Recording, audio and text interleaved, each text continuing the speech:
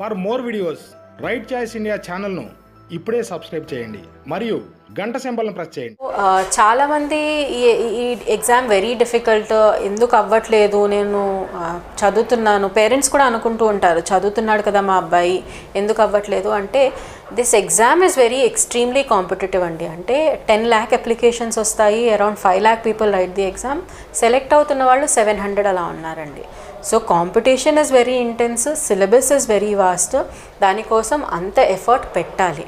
First and foremost ఇప్పుడు అందరూ short కట్స్కి అలవాటు పడిపోయారండి. అంటే నోట్స్, రెడీమేడ్ నోట్స్ వచ్చేస్తే అది చదివేసుకుందాము, దాన్నే ప్రజెంట్ చేసేస్తే అయిపోతుంది, 1 month బిఫోర్ ద ఎగ్జామ్స్ చదివేసుకుందాము అయిపోతుంది, ఇట్లాంటి యాటిట్యూడ్తో ఉంటారండి. ప్లస్ అంటే 3-4 hours చదివితే చాలు, మూవీస్కి వెళ్ళి మిగతా టైంలో టైంపాస్ చేసి, ఫ్రెండ్స్తో టైంపాస్ చేసి, నేను జస్ట్ రోజుకి 3-4 hours చదివితే చాలు, లేకపోతే ఎగ్జామ్ ముందు మాత్రమే చదివితే చాలు అనుకుంటూ ఉంటారండి. But that is not the way to go about this preparation. The exam cycle takes 10 months to complete, and మన preparation 1 year before the exam start అవుతుంది. And daily around 8 to 10 hours one has to invest on a daily basis for at least 1 year before the prelims. అంటే 1 year before the prelims నుంచి 8 to 10 hours కన్సిస్టెంట్గా చదువుతూ ఉండి, దాన్ని కూడా general academic exam లాగా తీసుకోకుండా what is necessary for the exam identify చేసి వాళ్ళు చదవాలండి. It is not an easy exam to crack. There is a lot of competition, lot of syllabus, దాన్ని కన్సాలిడేట్ చేసుకోవాలి, సొంతంగా నోట్స్ చేసుకోవాలి. నోట్స్ అంటే ప్రతి ఒక్కటి బుక్లో ఉన్నది కాపీ చేసుకోవడం కాకుండా ఉన్న వాస్ట్ కంటెంట్ని కన్సాలిడేట్ చేసుకోవాలి. సొంతంగా నోట్స్ ఉన్నవాళ్ళు ఫాస్ట్గా రివైజ్ చేసుకోగలుగుతారు, బెటర్ రేట్స్ ఆఫ్ సక్సెస్ సాధించగలుగుతారు. So if you want to take this exam lightly, don't prepare for this exam, better go for something else. సివిల్స్లో సక్సెస్ కావాలి అంటే apart from persistence, consistency, hard work, మనల్ని మనం analyse చేసుకోవడం. First analysis అనేది చాలా important అండి ఎవరికన్నా, especially for a civil servant. ఉన్న సిట్యుయేషన్ని కానీ, మన దగ్గరకు వచ్చే మనుషుల్ని కానివ్వండి, మనకు వస్తున్న సిట్యుయేషన్స్ని కానివ్వండి, అనలైజ్ చేసుకోవడం, మనల్ని మనం అనలైజ్ చేసుకోవడం. Some of them are very emotional. ఇప్పుడు నేను ఒక ఎమోషనల్ పర్సన్, బట్ అలాగే నేను ఆ ఎమోషన్స్తో క్యారీ ఆన్ అయిపోతే I will not become a good bureaucrat. So I have to understand what are my strengths and weaknesses. అలాగే ఎగ్జామ్ డిమాండ్ ఏంటి అనేది అర్థం చేసుకోవడం చాలా చాలా ఇంపార్టెంట్ అండి. Those who are becoming successful or those who are understanding the demand of the exam. ఏం expect చేస్తుంది మనం చూసినట్టయితే ప్రిలిమినరీలో కానివ్వండి, మెయిన్స్లో కానివ్వండి, దెర్ ఆర్ స్పెసిఫిక్ ప్యాటర్న్స్. ప్రిలిమ్స్లో క్వశ్చన్స్ రిపీట్ అవ్వవు, కానీ అవే ఏరియాస్ నుంచి ఆల్రెడీ వచ్చిన ఆప్షన్స్ నుంచి క్వశ్చన్స్ రావడం అనేది రిపీటెడ్ థీమ్స్ అనమాట. ఇవి మనం చూస్తాము. కాకపోతే ఇది ఎవరు అబ్జర్వ్ చేస్తారు? ప్రీవియస్ ఇయర్స్ క్వశ్చన్స్ అనలైజ్ చేసిన వారు అబ్జర్వ్ చేస్తారు. అలాగే మెయిన్స్లో కూడా కొన్ని రిపీటెడ్ టాపిక్స్ వస్తూ ఉంటాయి. ఇంక్లూజివ్ గ్రోత్ ఫర్ ఎగ్జాంపుల్, ఇది రిపీటెడ్ టాపిక్. అలాగే ఎకనామిక్ జాగ్రఫీ నుంచి క్వశ్చన్స్ ఎక్కువ వస్తాయి. సొసైటీ నుంచి పక్కా 6-7 క్వశ్చన్స్ వస్తాయి. ఇట్లాంటివి మనం ఐడెంటిఫై చేసి మన ప్రిపరేషన్ని దానికి తగ్గట్టుగా ఓరియంట్ చేసుకోవాలి. నేను ఇందాక చెప్పినట్టు మనం ఎంతవరకు చదవాలి, because today we're in the era of information overload.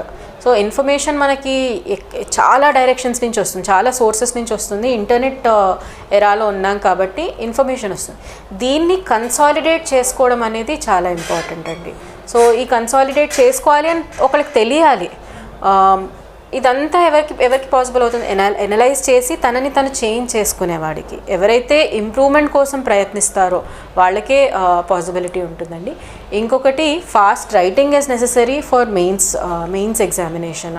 అంటే చాలా ఫాస్ట్గా రాయాలి, స్పష్టంగా రాయాలి, దాన్ని డయాగ్రమెటిక్ వేలో మన క్లారిటీ ఆఫ్ థాట్ అనేది ఇంపార్టెంట్.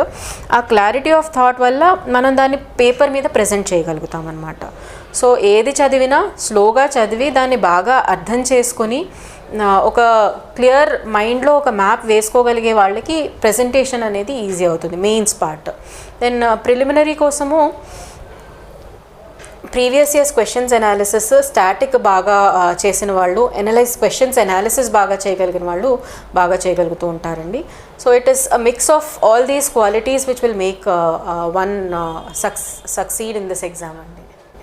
సో మరి ఇంత హార్డ్ వర్క్ చేయాలి అంటే వాట్ ఈస్ ద మోటివేషన్?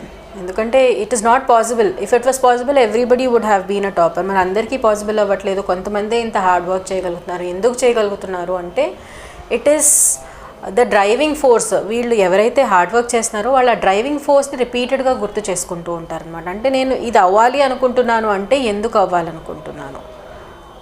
అందరికీ everyone has their own reasons. నేను స్టార్ట్ చేసినప్పుడు ఐఏఎస్ అవుదాము అనే స్టార్ట్ చేశాను. So I was not satisfied with IRTS or DANICS which I got previously. Second thing, my family was also working hard along with me. అది నాకు ఇంకొంచెం driving force లాగా work చేసేది. For example, my daughter was staying away from me in my 4th attempt. తను హైదరాబాద్లో ఉంటే నేను ఢిల్లీలో ట్రైనింగ్ చేస్తూ ప్రిపేర్ అవుతున్నాను. తనని తీసుకెళ్లే అవకాశం ఉన్నా కానీ నా ప్రిపరేషన్ డిస్టర్బ్ అయిపోద్ది, నేను ఒక్కదాన్నే తన్ని మేనేజ్ చేసుకుంటూ చదవడం వల్ల అనుకుని తనని తీసుకెళ్ళలేదు. So I had that in the back of my mind. Sometimes your parents hard work కానివ్వండి, మన కోసం ఇతరులు చేస్తున్న కష్టాన్ని మనం ఒకసారి గుర్తు తెచ్చుకున్నట్టయితే అదే మోటివేటింగ్ ఫోర్స్ అవుతుందండి. So why you started it in the first place, where you want to go, ఇది గుర్తు తెచ్చుకొని ఇంత దూరం వచ్చాం కాబట్టి దాన్ని మధ్యలో వదిలేయకూడదు అనేది గుర్తుంచుకొని మన కోసం మన వెనకాల వాళ్ళు ఎంత కష్టపడుతున్నారు ఇవి కూడా గుర్తు తెచ్చుకున్న వాళ్ళు ఖచ్చితంగా హార్డ్ వర్క్ చేయడానికి వెనకాడరండి. సో హార్డ్ వర్క్ అంటే ఏంటి? హార్డ్ వర్క్ అంటే మనకి ఇష్టమైన పనులని కొంచెం పక్కన పెట్టి కూడా ఒక దానిపైన మనం వర్క్ చేస్తున్నాము అంటే దాన్ని హార్డ్ వర్క్ అంటాము. అంటే there are certain things which we have to leave during this preparation. నాకు మూవీస్ చాలా ఇష్టం ఉండేవండి. నేను చాలా తక్కువ మూవీస్ చూసాను ఈ లాస్ట్ 4-5 years ప్రిపరేషన్లో. అంతకుముందు చాలా చూసేదాన్ని.